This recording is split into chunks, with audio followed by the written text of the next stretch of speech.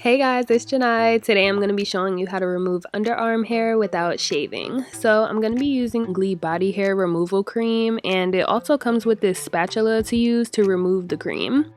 Y'all, this stuff smells so good. It literally smells like honeydew melon. But anyway, all you do is apply a thick layer covering all of the hair you want to remove. You can even use the spatula to apply it if you don't want to touch it.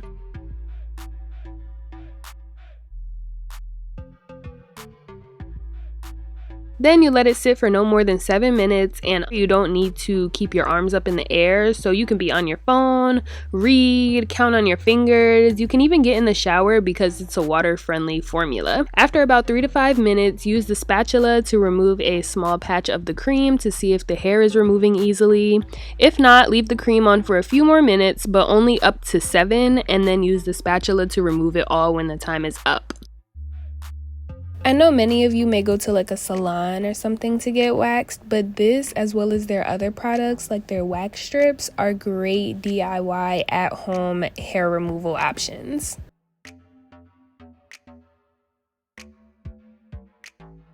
Then you can use a wipe, washcloth, or take a shower to remove any excess cream, and then you're done.